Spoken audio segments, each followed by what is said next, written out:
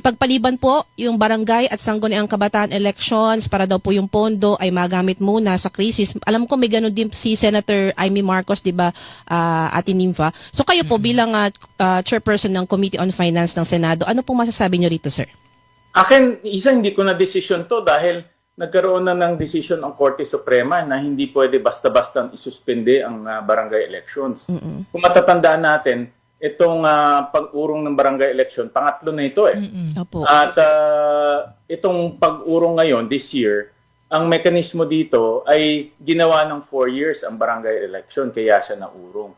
Sinabi kasi ng Korte Suprema nung huling pagsuspindi natin, last na yan at hindi nyo na pwedeng isuspindi dahil gumagawa lang kayo ng kahit anong dahilan.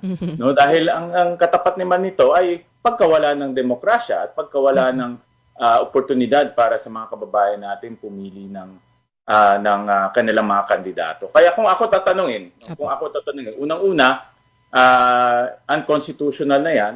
At pangalawa, dapat matuloy na dahil pangatlo ng pagsuspend dito. At pangatlo, maraming tao umaasa na pumili ng kanilang mga local leaders. So, ibig sabihin po, Senator, maghanap na lang tayo muna ng ibang pwedeng tipirin at pagkunan ng pang-ayuda at iba pang Kasi yung barangay election, Nympha, is only 8 billion, 8 to 9 billion yan. Ngayon, meron pa tayong 230 billion na pwedeng gastusin. So, in other words, hindi naman kulang yung pera para paggastusan. Talagang nakalaan na yan para sa barangay election.